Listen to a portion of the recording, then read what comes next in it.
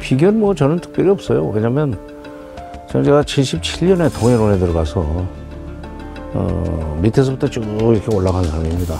그러니까 김영삼 대통령 시절에는 내가 김영삼 대통령의 통일비서관으로 3년 8개월이나 근무를 했어요.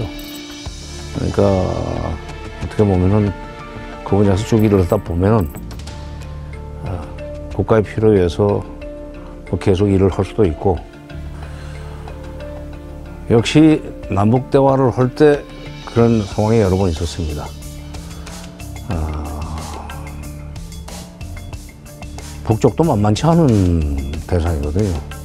거기도 전략이 있고, 또 우리가 또 달성해야 될 목표가 있고, 근데 그게 잘 맞아떨어지기가 쉽지 않아요, 그게.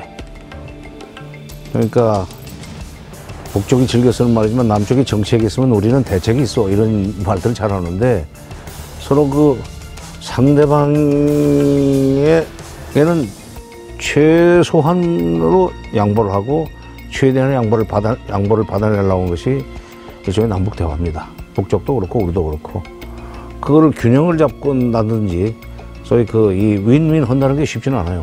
회담의 당초 목표를 달성할 때까지는 한시도 방심할 수 없고, 경우에 따라서는 회담 기간을 연장할 수밖에 없는 날도 경우도 많았습니다. 하루 연장. 밤샘 토론은 많고, 그럴 때 좀 힘들긴 했죠. 목표를 달성했구나 하는 그런 만족이라고 하는 느낀 적은 있었죠. 그게 아마 제가 2004년 6월 30일 날 퇴임을 했는데, 그때 그 5월 초에 평양에서 남북 장관급 회담이 있었습니다. 그때 그동안에 남북 대화할 때마다 제가 북쪽한테 얘기한 건, 경제 지원을 해주는 만큼 군사적인 긴장이 완화되는 것을 우리 국민들한테 인식시켜야만 이 경제 지원이나 뭐 인도적 지원이 계속될 수 있다. 말하자면 경제 지원, 인도적 지원에 대한 대가로서 군사적 긴장 완화를 북한이 보장해야 된다. 그러려면 경제회담만 하지 말고 군사회담도 해야 되는 거 아니냐.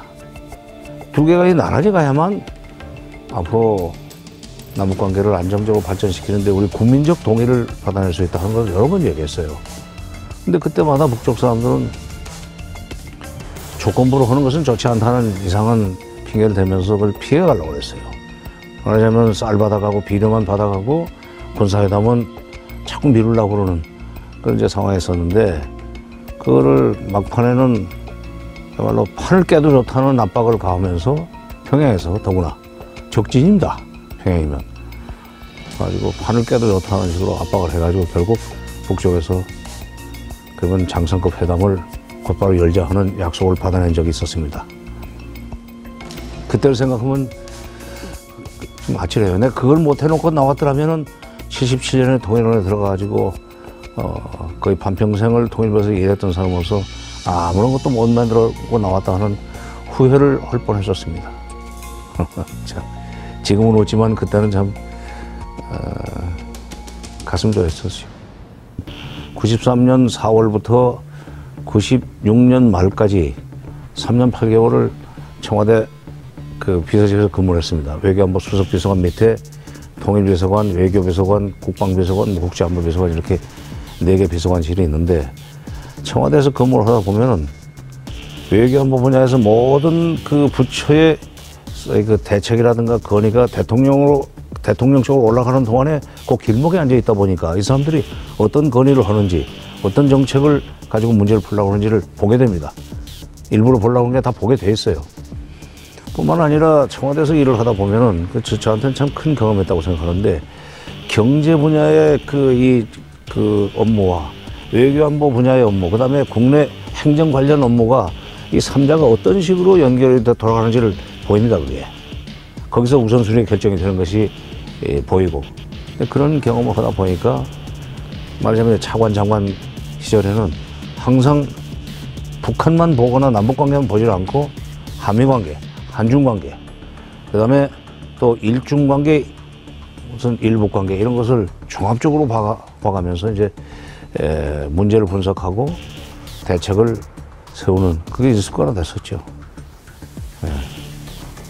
이거 북쪽이 이런 것을 이런 움직임을 보였을 때는 전체적으로 정세부터 보고 왜 어떤 정세 하에서 북한이 뭐를 노리고 이런 걸 보는 이런 움직임을 보이는가 하는 것은 봐야 되겠지만 그쪽에 대응 전략을 세우기 전에 우리가 이 상황에서 무엇을 받아낼 것이냐, 성취할 것이냐는 것을 목표를 세워놓고 대응 전략을 짜야 되는 거 아니냐.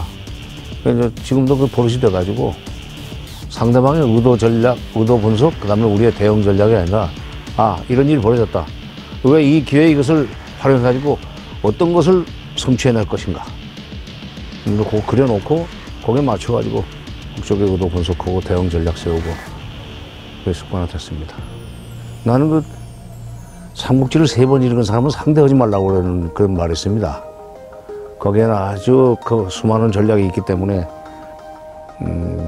고등학교 때 있고 대학 때 있고 또 이제 나이 들어서 있고 읽을 때마다 그 달라요.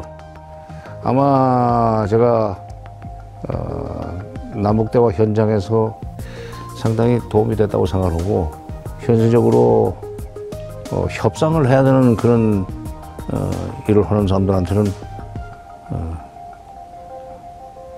도움이 될 수 있는 책이라고 생각합니다.